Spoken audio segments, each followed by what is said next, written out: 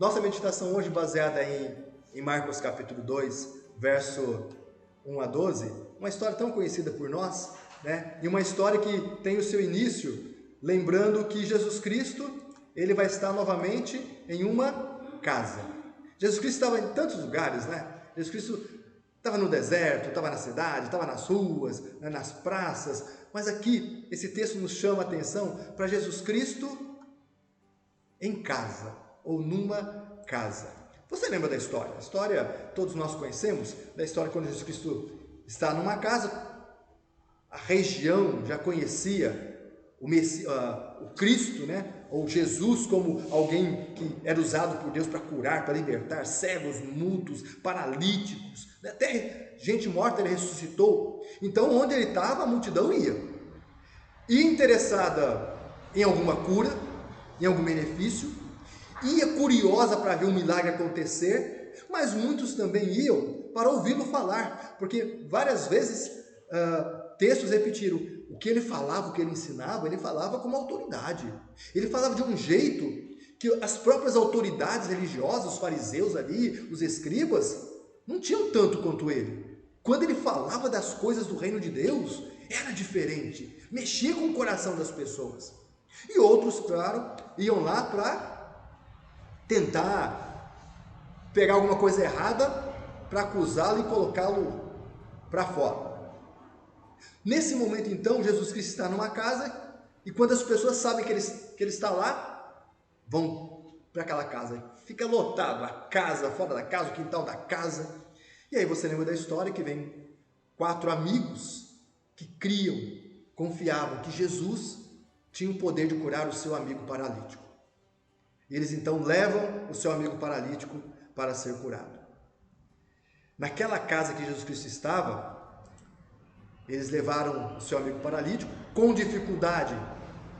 Creio que passaram pela multidão que cercava a casa. Com dificuldade subiram com o seu amigo paralítico em cima da casa. Com dificuldade tiraram o telhado da casa e baixaram o seu amigo diante de Jesus. E naquela casa onde Jesus estava, aquele amigo foi curado. O que acontece quando numa casa tem um adolescente? Opa, a casa já fica mais movimentada. Um adolescente que gosta de funk. Já falou nosso pai aqui, né? Então nas tardes de sábado, de domingo e algumas madrugadas, o som alto vai tocar. E quem não gosta de funk vai sofrer. O que acontece numa casa que tem um recém-nascido? Alegria e muita fralda. Tudo bem que, graças a Deus, hoje a fralda é descartável. Mas, algumas madrugadas, tem choro. O que acontece numa casa quando, de repente, chegam amigos queridos, parentes queridos, que há tempos não se via? Que movimentação, que festa, né? Que churrasco que vai ter, que vai ter muita alegria. A alegria da amizade, do reencontro. Mas o que acontece mesmo numa casa quando Jesus está nela? Quando de verdade, efetivamente, Jesus Cristo está naquele lar, naquela casa.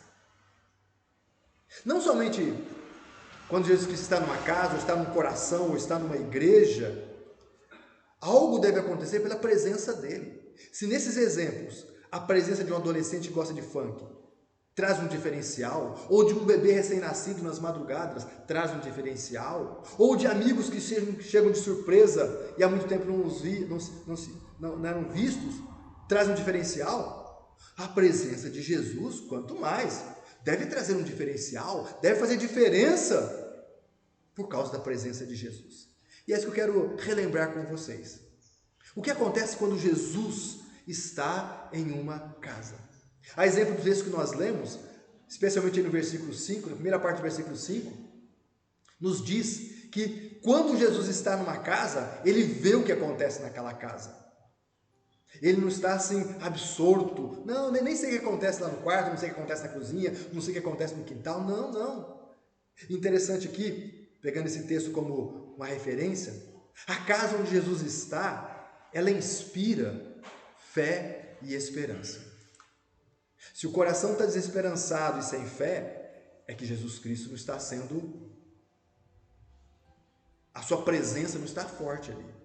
Eu não quero dizer que a sua presença não está ali, né? Mas deixa eu me dizer dessa maneira, a sua presença não está forte ali, não está sendo reconhecida como a presença principal ali. Olha nessa história aqui, Jesus Cristo, o que ele vê? Ele vê 4 homens, lá em cima, suados, cansados, abaixando o seu amigo. E qual o propósito desses 4 homens? Não é curiosidade? Não é algo tão assim pessoal para eles, mas é algo para eles porque é um amigo. E colocando aquele homem naquela casa, na presença de Jesus, o coração deles é um coração cheio de fé e de esperança, que aquele amigo vai sair diferente daquela casa.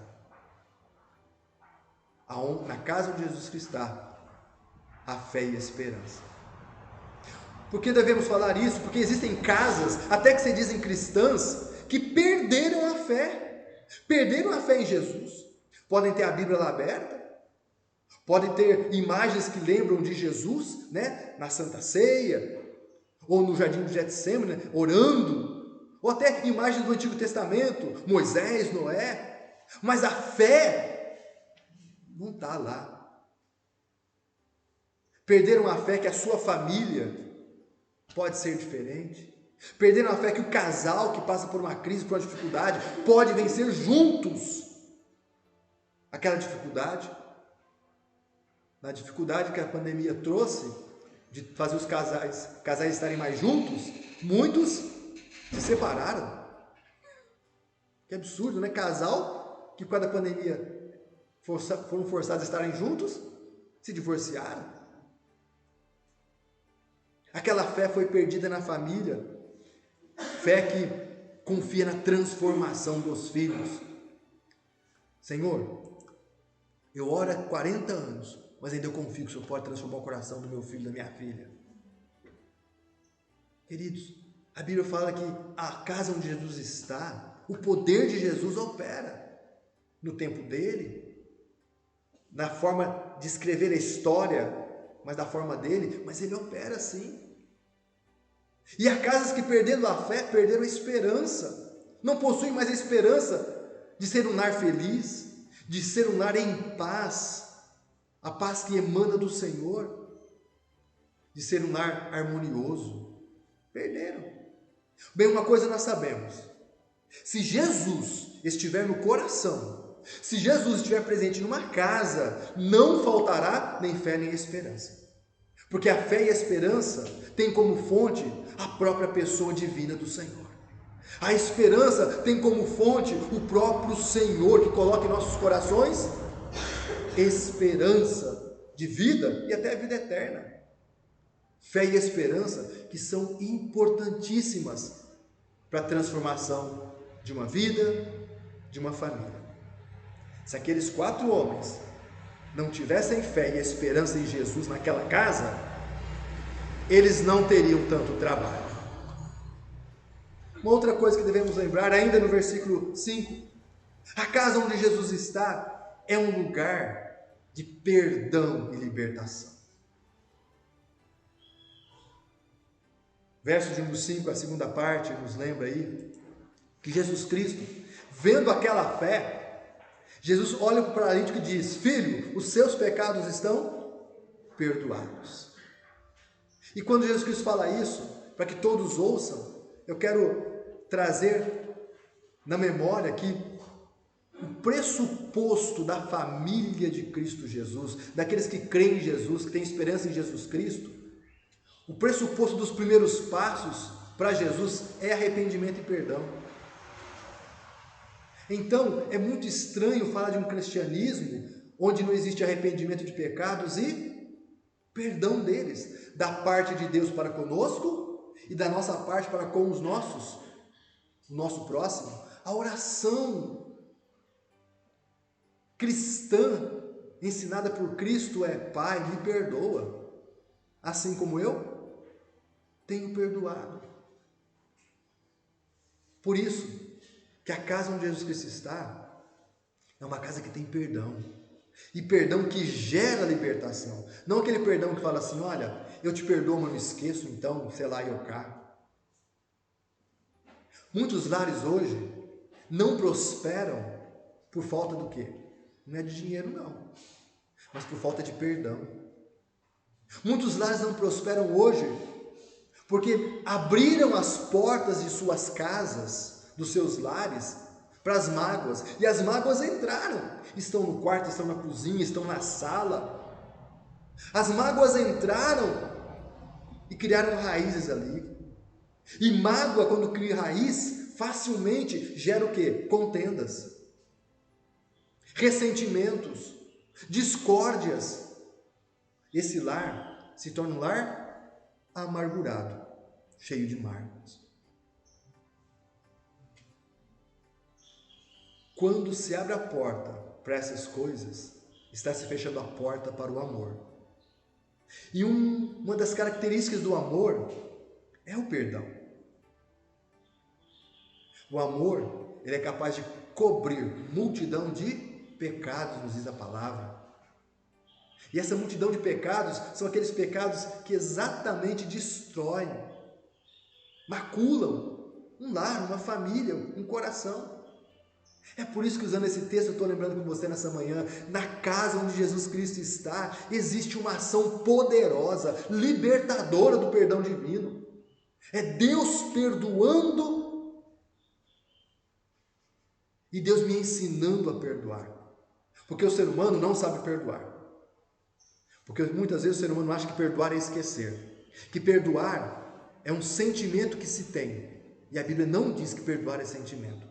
A Bíblia diz que perdoar é uma ação de anular aquilo que atrapalha a comunhão, o caminhar juntos, o construir uma história. Por isso, quem nos ensina a perdoar é a Bíblia, não são as histórias humanas, mas é a história divina escrita neste mundo através de Jesus Cristo. Deus perdoa os nossos pecados através de Jesus Cristo.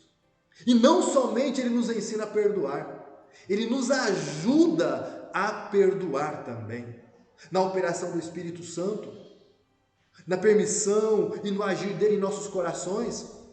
Ele vai nos quebrantando e nos ajudando a perdoar até o imperdoável, queridos? É isso que nos ensina a Bíblia, é isso que fala a Bíblia. E na casa onde Jesus está, Ele opera perdão, e Ele ajuda o perdão a acontecer. Uma coisa eu quero te lembrar: sem perdão não há libertação, há escravidão. Nós somos libertos por Cristo Jesus, porque somos perdoados por Cristo Jesus. Sem perdão não há cura, há doença. Sem perdão não tem como ter festa, não tem como ter alegria da comunhão de estar juntos. Uma outra coisa que eu quero te lembrar, aí no versículo 11 e versículo 12 de Marcos 2, é que na casa onde Jesus Cristo está, há alívio. Há um alívio do sofrimento. Jesus Cristo, ele fala no versículo 11, eu te mando, olha que autoridade, levanta-te, toma o teu leito e vai para a tua casa. Não é somente o paralítico que está sofrendo ali, os amigos dele também sofrem por ver o seu amigo naquela situação. Não é só o paralítico, os amigos, não. Tem uma família, tem um lar lá que está sofrendo por causa daquele paralítico. Interessante que quando o paralítico está na casa onde Jesus está, algo de maravilhoso acontece no poder, na autoridade de Jesus. Eu te mando, levanta-te. E então ele se levantou e no mesmo instante, tomando o seu leito, ficou forte, hein? Retirou-se à vista de todos, todos viram, a ponto de todos se admirarem e glorificarem a Deus, darem glórias a Deus. Não deram glória para os amigos, fizeram a parte deles, levaram até Jesus. Não deram glória ao paralítico, nossa, mas deram glória a quem é devida a glória, a Jesus Cristo, Senhor, a Deus. E glorificar ela, nós nunca vimos isso, porque na casa onde Jesus está, coisas nunca vistas podem acontecer. Hoje, vivemos um lugar cristão, né? Um país cristão. Muitos dizem que tem Jesus em sua casa. Pode perguntar aí na rua, você tem Jesus em sua casa? A pessoa vai dizer, claro. Mas muitos que dizem que tem Jesus na sua casa, eles continuam paralisados. Paralisados por doenças, que parece que se não for curada aquela doença, então nunca... Não, peraí, uma doença não nos paralisa. Uma doença não paralisou Timóteo, que tinha uma doença no estômago, mas ele servia a Deus e continuava na obra do Senhor. Alguns acham que o espinho na carne de Paulo era uma doença. Aquela doença, se fosse doença, não paralisou Paulo. E quantos servos e servas de Deus ainda hoje doentes, por terem Jesus Cristo nos seus corações, nas suas casas, não estão paralisados por uma doença, porque Deus é maior. Mas infelizmente, muitos que dizem que tem Cristo na sua casa, estão paralisados por doenças, por desequilíbrios emocionais, não podem ter um caminhar de vida mais alegre, mais festivo, porque estão paralisados por crises e até por uma desesperança no coração. Quando passam por lutas, época de pandemia, quando passam por problemas, não conseguem reagir contra. Não conseguem. Por que não conseguem? Porque tem coisas nessas vidas que em nossa própria força nós não vamos conseguir mesmo. Precisamos de uma força extra, de uma força maior. E quando Jesus está naquela casa, existe a força maior. Porque esse é o poder de Jesus Cristo. O poder revelado no Messias. Ele cura sim. Ele liberta sim. Ele restaura sim. Ele fortalece sim. Ele ergue, ele une. Ele perdoa. E ele nos ajuda a perdoar. Quantas pessoas revoltadas porque Deus não fez o que elas queriam que Deus fizesse. Mas se elas estão revoltadas, é porque Jesus não está no centro da revolta delas. Porque se Jesus estivesse, ele curaria aquela revolta e mostraria: o que Deus faz é sempre o melhor. E o resultado do que Deus fez, se em mim é negativo, ele opera para me curar desse negativo e continuar a escrever a minha história até a eternidade. Concluindo, queridos, que nossos lares sejam assim, lares onde existe cura, libertação, restauração, força do Senhor, união pelo poder de Jesus. E pelo poder de Jesus que haja perdão, que Ele nos ajude a perdoar, se há falta de perdão. Que nossas casas sejam missionárias. Em que sentido eu quero dizer isso? Que nossas casas sejam missionárias em testemunhar, em testificar o que acontece quando Jesus está numa casa. Que pessoas digam: olha, na casa da Vania tem Jesus. Por quê? Porque olha o que acontece lá. Só pode acontecer por causa de Jesus. Na casa do Tarcísio, da Sônia, do Cláudio e da Fátima, da Rita e do Vavá, da Lucília, da Enísia, na casa da Rita. Algo diferente acontece, por quê? Só tem uma explicação. Porque Jesus está lá. E dando esse testemunho, que eles deem glória a Deus. Glória a Jesus. E que eles queiram Jesus também na sua casa, no seu lar. Porque a presença de Cristo pode sim. E nós insistimos em dizer isso. A presença de Jesus pode sim. Em qualquer casa, em qualquer lar, fazê-lo abençoado. Fazer uma casa abençoada. Inspirar fé e esperança. A presença de Jesus pode sim fazer daquela casa, daquele lar, daquela família ser um lugar de perdão, de real libertação. A presença de Jesus pode sim promover um alívio a qualquer sofrimento. Por isso, o que a Bíblia nos desafia, o que nós nos desafiamos é: busquemos mais e mais a presença de Cristo em nossas casas. E levemos essa mensagem de que aonde Cristo está, há diferença. Levamos essa mensagem a outras lares, a outras famílias.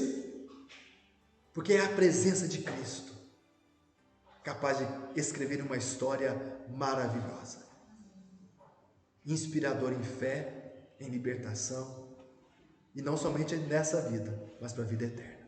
Amém? Que assim Deus nos abençoe, que assim o Espírito Santo opere em nossas vidas, nossos corações, nossos lares e em nossas bocas, para que proclamemos: na casa onde Cristo está, há uma diferença abençoadora. Amém. Vamos ficar em pé, vamos encerrar nosso culto adorando ao Senhor e agradecendo a Ele e pedindo: Jesus, mais e mais ser presente no meu lar e na minha casa, e nos lares e nas casas dos meus queridos da nossa igreja, da nossa cidade, nossos familiares perto e longe. Faça essa diferença, Jesus.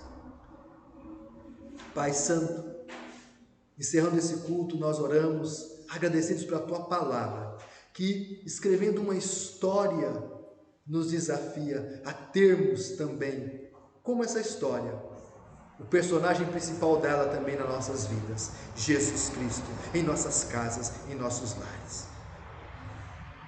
Temos colocado nossas vidas, lares, igreja, cidade e tantos outros lares na Tua presença, Senhor.